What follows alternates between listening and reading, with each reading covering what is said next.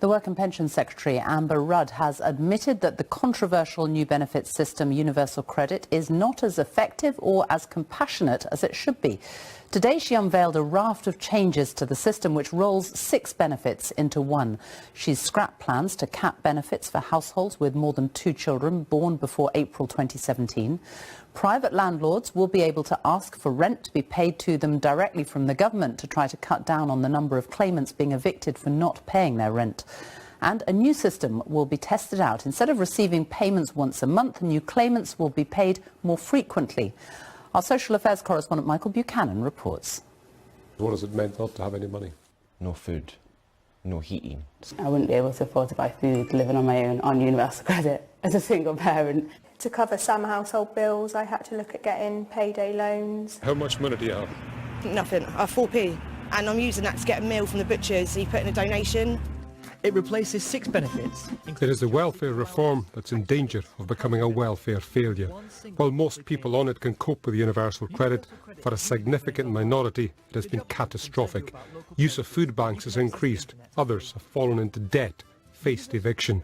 Today the Work and Pensions Secretary sought to reset universal credit, introducing key changes she hopes will make it compassionate and fair. A standard offer cannot work for everyone.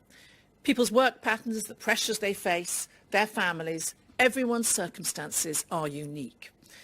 I want to make sure Universal Credit has enough flexibility to adapt to personal circumstances, particularly the needs of the most vulnerable. Rebecca Smidmore would certainly agree. A carer to her 10-year-old son with spina bifida, the family's universal credit payments vary hugely each month.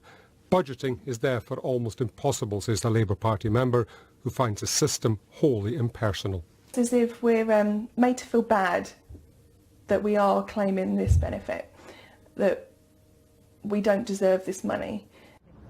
Last month I met Kevin Wilmot, who owns 200 properties in Hartlepool and hates universal credit. At this moment in time, I would rather keep a house empty and pay the council tax than put somebody in who's not going to pay the rent. Today Amber Rudd said she'd help him. Private landlords will soon be able to have their rent paid directly to them, rather than relying on their universal credit tenants to pass it on. I'd be over the moon if they paid me direct. It would be a big help to start getting the rent paid direct to the landlord, because otherwise all of us are going to end up going under. But as the government was trying to revamp universal credit, the High Court dealt ministers a blow. 4 women who've lost money due to a design flaw with the benefit won their legal challenge.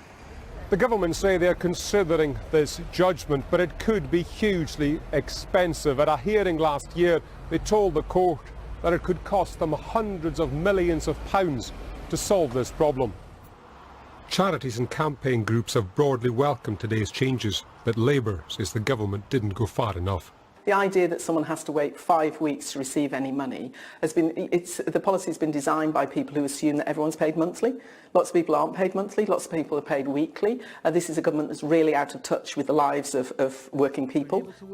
Today's changes will cost money, and universal credit is already more expensive than the system it replaces.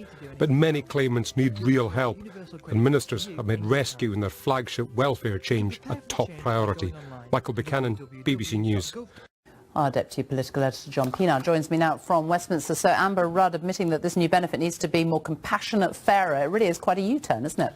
Yes, well look, with so much government policy and business bumped off the stage by Brexit, and Brexit so bogged down, promising a more compassionate system, fairer to women, may look to a lot of people like a rather appealing idea at a difficult time. Theresa May promised more fairness as part of her original vision for post-Brexit Britain. And here's Amber Rudd, a Conservative from the Liberal wing of the party, saying she'll make that mission her own. She's certainly politically ambitious, by the way, and maybe being too pro-European in the eyes of a lot of Tories to be an obvious front-runner for leadership.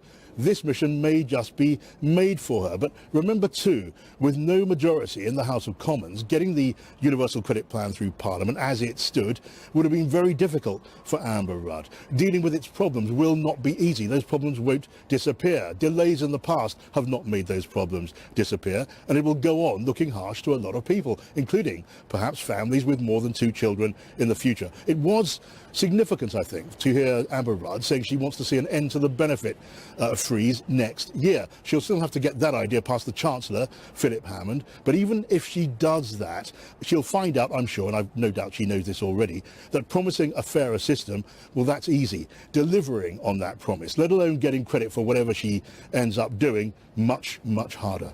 John Pienaar, thank you.